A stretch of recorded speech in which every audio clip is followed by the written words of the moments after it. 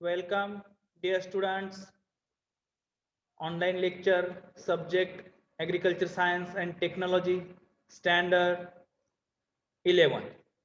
Dear students, in previous lecture, we have studied pest and disease control part first. In this, we are studied meaning of pest and diseases. And we start type of pest. In this, we study types of pest on the basis of incidence and type of pest on the basis of damaging organism. In today's lecture, next type is on the basis of feeding habits, the insect pest. तर ज्या paste आहेत त्या पेस्टचं feeding habit म्हणजे त्यांचं खाण्याच्या प्रकारानुसार त्याचे काही टाइप्स केलेले आहेत. त्यांची जी खाण्याची हॅबिट आहे, जी सवय आहे, त्या सवयीनुसार काही कीटकांचे प्रकार केलेले आहेत, टाइप्स. त्यामध्ये first chewers. Chewers means chewing is the most common way by which insect feed plant materials, leaves, stems, flowers, pollens, seeds, roots. Larvae and adults have chewing mouth parts. तर chewing is the most common way. काही कीटकांचा त्या ठिकाणी पानं चावण्याचं त्या ठिकाणी सवय असते. पानं खाण्यासाठी ते त्या ठिकाणी त्यांच्या जो माउथ आहे त्याचा वापर ते करत असतात. मग ते असे जे इन्सेक्ट्स आहेत ते प्लांट मटेरियल खाण्याचं काम करतात. मग त्यामध्ये लिव्स, पानं, स्टेम, खोड किंवा फुलं किंवा पोलन्स, सीड्स, बियाणं किंवा रूट्स, मुळं खाण्याचं काम असे ज्या पेस्ट आहेत त्या करत असतात.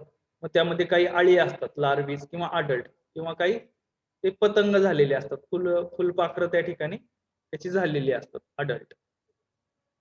त्यांना चिविंग माउथ पार्ट्स असतात. For example beetles. काही बीटल्स जे आहेत तुमच्या बुकमध्ये त्याचे पिक्चर्स दिलेले आहेत किंवा इंटरनेटवरती तुम्ही ते सर्च करून पाहू शकता बीटल्स कशा प्रकारे दिसतात.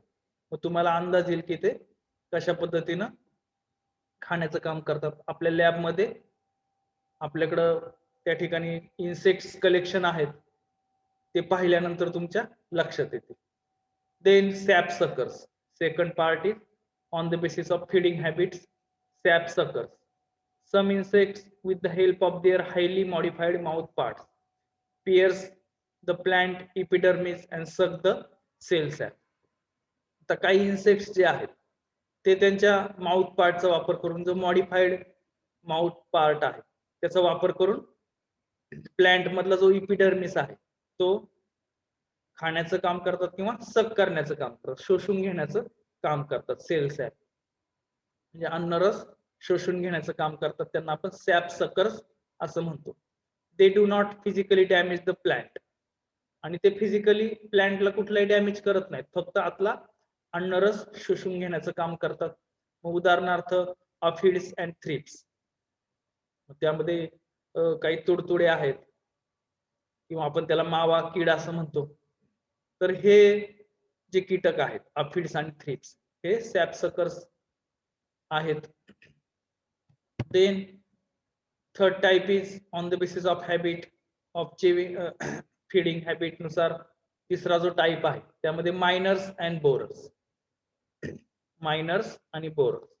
Leaf miners are chewing insects feed within plant tissues, layers between the intact upper and lower epidermis of leaves.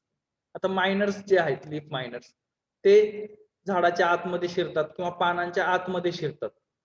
जो पानांचा पापुद्रा असतो त्याच्या आतमध्ये शिरून त्या ठिकाणी आतला जो जो पार्ट आहे किंवा जो सेल सॅप आहे तो त्या ठिकाणी खाण्याचं काम हे मायनर्स करतात. Due to feeding a tunnel is made that is often characteristics of the species. आता या स्पेसिसची जी कॅरेक्टरिस्टिक्स आहे तर ती काय, feeding a tunnel is made that is often characteristics of the species. आतमध्ये त्या ठिकाणी टनेल तयार करतात. टनेल म्हणजे काय, बोगदा. Boring insects live in the woody tissue of plant or fruit. आणि असे जे बोरिंग इन्सेक्ट्स आहेत तर ते त्या होल मध्ये त्या ठिकाणी राहतात, उडी टिश्यू मध्ये त्या ठिकाणी ते फ्रूटच्या राहतात. Larvae of sugar cane top borer and stem borer feed the content of the stem. आता शुगर केन मध्ये ज्या काही लार्वी सापडतात, ज्या अळी सापडतात टॉप बोररच्या, तर त्या ठिकाणी स्टेमच्या आतमध्ये त्या ठिकाणी जातात आणि आतलं अन्नरस खाण्याचं काम ते करत असतात. त्याला आपण स्टेम बोरर असं म्हणतो. Then most of the fruit borers brinjal, okra and stem borers jowar, paddy are injurious to crop. आता फ्रूट बोरर्स जे आहेत त्यामध्ये काही ब्रिंजल मध्ये सापडतात, म्हणजे वांग्यामध्ये किंवा ओक्रा भेंडीमध्ये. ते फ्रूट बोरर्स फळांमध्ये आतमध्ये शिरतात आणि आतलं मटेरियल खाण्याचं काम करतात. त्यानंतर स्टेम बोरर जे आहेत त्यामध्ये जवार आणि पॅडी, ज्वारी आणि भातामध्ये ते सापडतात. ते स्टेम मध्ये शिरतात, त्याच्या खोडामध्ये ते शिरतात आणि त्या ठिकाणी आतला बार्क खाण्याचं काम करतात. आणि हे ज्या पेस्ट आहेत तर त्या इंजुरियस टू क्रॉप साठी इंजुरियस मानल्या जातात, एकदम धोकादायक त्या ठिकाणी त्या असतात. Then next gall makers. Gall makers म्हणजे काय, तर some insect induce the galls, the production of abnormal growth. प्लॅन्टची ॲबनॉर्मल ग्रोथ होते, त्याला आपण गॉल्स असं म्हणतो. In the tissue of their host plants, flowers or roots. मग ते काय करतात, प्लॅन्टचे टिश्यू खाण्याचं काम करतात आणि तिथं ॲबनॉर्मल त्या ठिकाणी ग्रोथ होते प्लॅन्टची. मग त्यामध्ये फ्लावर्स आणि रूट्स यांच्यावरती सुद्धा ते खाण्याचं काम करतात. The gall is entirely product of plant develop in response to a chemical stimulus from the secretion of the insect. आणि त्या ठिकाणी गॉल तयार होतात ते कशामुळं, तर इन्सेक्ट्स काही केमिकल त्या ठिकाणी सिक्रेट करतात, त्यांची मग ते विष्ठा वगैरे त्या ठिकाणी ते इन्सेक्ट्स टाकतात. मग अशा ठिकाणी गॉल्स तयार होतात. उदाहरणार्थ पॅडी गॉल नावाचा जो इन्सेक्ट आहे तर तो तशा पद्धतीनं डॅमेज करतो. देन सीड फिडर, पाचवी जी पेस्ट आहे on the basis of habitat. Seed feeder and seedling feeder are the only true predators among insects because they kill plants by consuming them. For example, seed beetles. तर या ठिकाणी जे seed feeder आहेत तर ते seed feeder पूर्णपणे प्लॅन्टचं damage त्या ठिकाणी करू शकतात. ते प्रिडेटर्स आहेत among insect because they kill plant by consuming them. ते प्लॅन्ट चे सीड्स आणि सीडलिंग्स वरती त्या ठिकाणी अटॅक करतात आणि पूर्णपणे ते खाऊन टाकतात. त्याला आपण सीड फिडर्स असं म्हणतो. फॉर एक्झाम्पल सीड बिटल्स त्या पद्धतीनं सीड्स खाण्याचं काम करतात. Then soil insect. आता मातीमध्ये काही इन्सेक्ट राहतात आणि मातीमध्ये त्यांचं फीडिंग चालतं. Insect that are found in the soil live by feeding on the roots of plants by chewing or boring or sucking the sap or forming galls. आता काही इन्सेक्ट्स जे आहेत ते जमिनीच्या आतमध्ये राहतात आणि ते प्लॅन्टच्या रूट्स वरती अटॅक करतात, ते खाण्याचं काम करतात, रूट्सला होल पाडून आतलं सेल सॅप सकिंग करण्याचं काम करतात आणि गॉल फॉर्मेशन करतात. Many soil insects are host specific as in cutworms, flea beetles. आता काही इन्सेक्ट जे आहेत सॉइल इन्सेक्ट ते होस्ट स्पेसिफिक आहेत, म्हणजे विशिष्ट प्लॅन्ट मध्येच ते त्याच्या रूट्स वरतीच ते आपल्याला पाहायला मिळतात. मग त्यामध्ये काही कट वर्म्स आहेत आणि फ्लिया बिटल्स. हे कीटकांची नावं आहेत, ती तुम्ही पुस्तकामध्ये काही पिक्चर्स दिलेले आहेत, जास्त त्याच्यामध्ये आपल्याला खोलामध्ये जायचं नाहीये. Then store grain pest. It may be continuous of field attack as in potato tuber moth. The egg may be laid in the field itself and damage occurs in storage as in red gram infested by orchid beetles. आता या ठिकाणी field attack करतात store grain paste मध्ये काही potato tuber moth जे आहेत तर ते साठवणुकीमध्ये आपल्याला पाहायला मिळतात. बटाट्याची ज्या ठिकाणी साठवणूक केलेली आहे तर असे जे मॉथ आहेत तर ते फील्ड मध्ये सुद्धा अटॅक करतात आणि नंतर स्टोअर केलेल्या पोटॅटोवरती पण ते अटॅक करतात. त्यानंतर जो बुरचीड बिटल्स आहे तर तो काय करतो, स्टोरेज जिथे असेल रेड ग्रॅमचा म्हणजे तूर हे जे पीक आहे त्याचं धान्य आपण साठवून ठेवतो, त्या साठवणुकीमध्ये हा बुरचीड बिटल अटॅक करतो आणि फील्ड मध्ये सुद्धा तो त्याचे एग त्याची अंडी त्या ठिकाणी असतात, तिथून ती आपल्या स्टोरेज मध्ये येत असतात. Then the attack may be from the material stored earlier and be carried over to fresh material stored in the same storage house as in the grain weevil. आता या ठिकाणी काही स्टोअर हाऊस मध्ये grain विव्हिल्स असतात, तर ते store material मधनं आपण नवीन ठिकाणी जर ते नेले तर त्या ठिकाणी सुद्धा ते काही सीड्स बरोबर ट्रान्सफर होतात आणि तिथं सुद्धा ते डॅमेज करतात. त्यांना आपण ग्रेन विव्हिल असं म्हणतो. त्यामध्ये मग आपण मराठीमध्ये त्याला सोंडे किडा असं सुद्धा म्हणतो. तो बऱ्यापैकी आपल्या घरामध्ये सुद्धा आढळतो. भात असेल, ज्वारी, बाजरी वगैरे अशा पिकांमध्ये ते आपल्याला सापडतं. Then next classification on the basis of economic damage. तर पुढचं जे क्लासिफिकेशन आहे ते इकॉनॉमिक डॅमेज नुसार आहे की किती पर्सेंट इकॉनॉमिक डॅमेज ते इन्सेक्ट करतात, त्यानुसार त्यांचे टाईप दिलेले आहेत. त्यामध्ये फर्स्ट मेजर पेस्ट, त्याला आपण मुख्य कीड असं म्हणतो. The pest causing 10% or more damage to crop is called as major pest. Major pest जे आहेत तर ते pest causing 10% or more damage to crop is called as major pest. 10% या ठिकाणी डॅमेज किंवा त्याच्यापेक्षा जास्त डॅमेज जर पेस्टने केला त्याला आपण मेजर पेस्ट असं म्हणतो. For example sucking insect of cotton, कापसावरती आढळणारे जे रस शोषक किडे आहेत त्याला आपण सकिंग इन्सेक्ट असं म्हणतो. त्या 10% पेक्षा जास्त जर त्यांनी डॅमेज केला तर त्याला आपण मेजर पेस्ट असं म्हणतो. Then second minor pest, the pest causing only 5 to 10% damage to crop is called as minor pest. आता मायनर पेस्ट कशाला म्हणायचंय, तर pest causing only 5 to 10% damage, 5 ते 10% डॅमेज त्या ठिकाणी त्या पेस्ट करतात, त्याला आपण मायनर पेस्ट असं म्हणतो. For example mealybug of sugar cane, उदाहरणार्थ मिलीबग ऑफ शुगर केन, ऊसामध्ये आढळणारा जो मिलीबग नावाचा इन्सेक्ट आहे तो 5 ते 10% त्या ठिकाणी नुकसान करू शकतो, त्याला आपण मायनर पेस्ट असं म्हणतात. देन निग्लिजिबल पेस्ट, म्हणजे ह्या पेस्टकडे जास्त फारसं लक्ष देण्याची गरज नाही, निग्लिजिबल पेस्ट आहे. The pest causing loss of crop production less than 5% is called as negligible paste. 5% पेक्षा कमी त्या ठिकाणी त्या नुकसान करू शकतात, त्याला आपण निग्लिजिबल पेस्ट असं म्हणतो. For example grey cotton bug, grey cotton bug नावाचा जो इन्सेक्ट आहे तो 5% पेक्षा कमी त्या ठिकाणी नुकसान करतो, मग अशा पेस्टला आपण निग्लिजिबल पेस्ट असं म्हणतो. Then classes of pest on the basis of feeding on crop. त्यानंतर पुढचा टाईप आहे classes of pest on the basis of feeding on crop.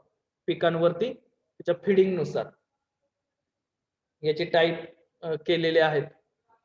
First monophagous paste.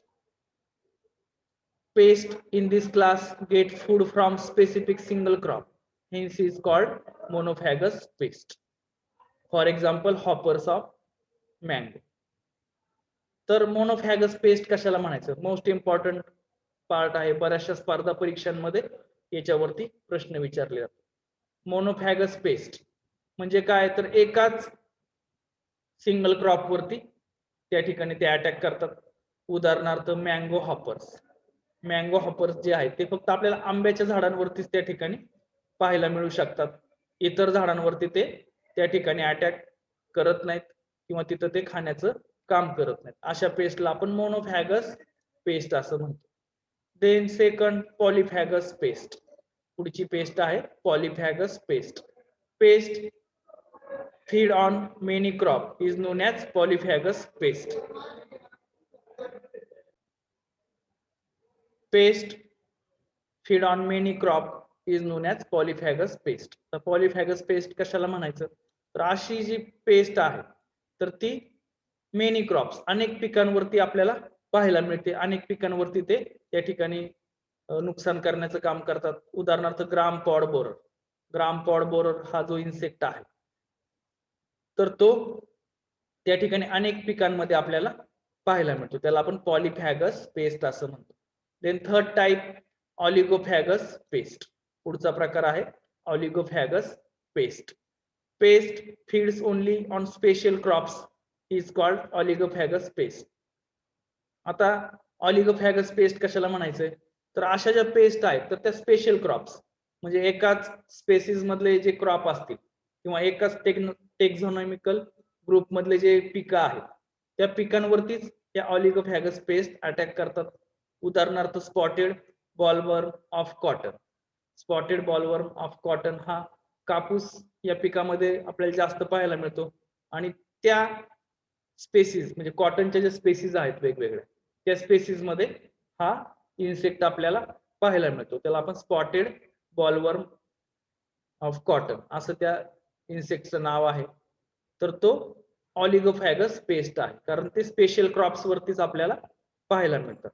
मोनोफॅगस paste आणि ऑलिगोफॅगस पेस्ट यांचं डेफिनेशन वेगळे आहेत. पेस्ट मोनोफॅगस मीन्स काय, paste in this class get food from specific single crop. Single crop मध्येच त्या पाहायला मिळतात.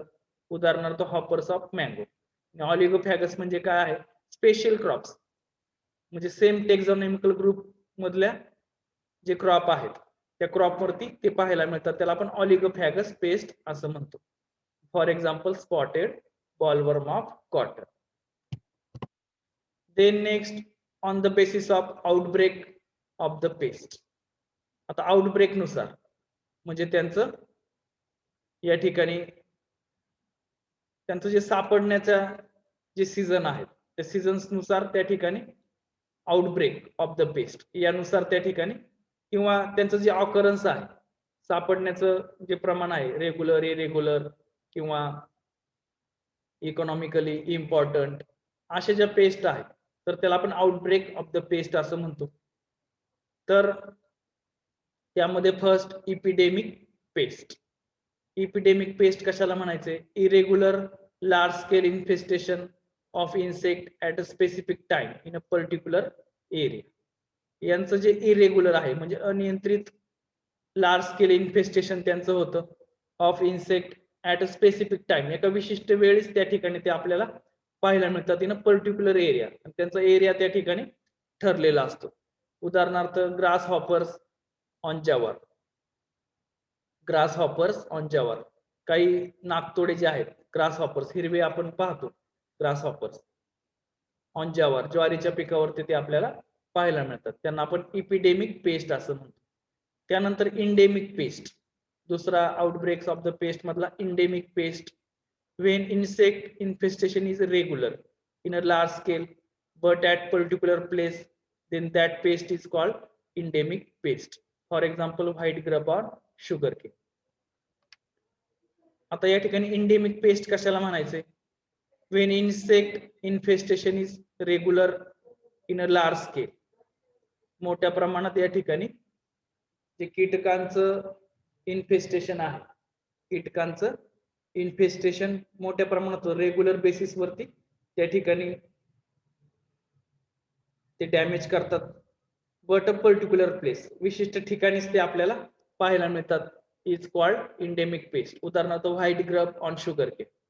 ऊसामध्ये आढळणारा जी हुमणी आळी आहे किंवा व्हाईट ग्रब आपण त्याला म्हणतो तर ते त्या ठिकाणी डॅमेज करतात. त्याला आपण इंडेमिक पेस्ट असं म्हणतो. आणि इपिडेमिक पेस्ट म्हणजे काय, इरेग्युलर आहेत त्या प्रत्येक ठिकाणी सापडतीलच असं नाही, इरेग्युलर आहे त्यांचं इन्फेस्टेशन आणि स्पेसिफिक टाइमला त्या ठिकाणी येतात.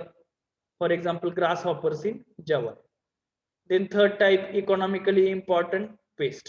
तिसरा टाइप आहे इकॉनॉमिकली इम्पॉर्टंट पेस्ट म्हणजे आर्थिक दृष्ट्या त्या महत्वाच्या आहेत त्यांचा कंट्रोल करणं आपल्याला आवश्यक आहे अशा paste. The insect population is always above economic threshold level and requires repeated control management for that pest. आता ह्या ज्या पेस्ट आहेत तर त्या इकॉनॉमिकल थ्रेशोल्ड लेवल त्यांची कायम जास्त असते, त्यांचं पॉप्युलेशन खूप मोठ्या प्रमाणात त्या ठिकाणी वाढतं. in spite of regular control measures, insect population crosses economic threshold level, for example gram pod borer. आता ही ग्राम पॉड बोरर जी पेस्ट आहे त्यांचं रेग्युलर कंट्रोल करून पण त्यांचं पॉप्युलेशन त्या ठिकाणी वाढत जातं, ते कंट्रोल करणं आपल्याला अवघड पडतं आणि इकॉनॉमिक थ्रेशोल्ड लेवल पेक्षाही त्यांची संख्या जास्त असते शेतामध्ये. अशी जी पेस्ट आहे ग्राम पॉड बोरर तर ती धोकादायक आणि इकॉनॉमिकली इम्पॉर्टंट पेस्ट या ठिकाणी मानली जाते. तर अशा पद्धतीनं on the basis of outbreak of the paste यामध्ये एपिडेमिक पेस्ट, इंडेमिक पेस्ट आणि इकॉनॉमिकली इम्पॉर्टंट पेस्ट या ठिकाणी 3 टाईप दिलेले आहेत. तर आजच्या लेक्चर मध्ये आपण या ठिकाणी ज्या पेस्ट आहेत त्या पेस्टचे या ठिकाणी टाइप्स आपण पाहिले. त्यामध्ये first on the basis of feeding habit of the insect pest, त्यामध्ये कीटकांच्या हॅबिट नुसार जे टाइप आहेत मग त्यामध्ये chewers, sapsuckers, miners and borers, gall makers, seed feeders, soil insect, store grain pest असे त्या ठिकाणी टाइप आहेत. त्यानंतर classification on the basis of economic damage. Economic damage मध्ये त्या ठिकाणी 3 टाइप आहेत, मेजर पेस्ट, मायनर पेस्ट आणि निग्लिजिबल पेस्ट. त्यानंतर classification on the basis of feeding on crop, crop वरती त्यांच्या फीडिंग नुसार त्या ठिकाणी त्याचे टाइप आहेत. मग त्यामध्ये मोनोफॅगस पेस्ट जी सिंगल क्रॉप वरती आपल्याला सापडते. त्यानंतर पॉलिफॅगस पेस्ट अनेक पिकांमध्ये आपल्याला सापडते.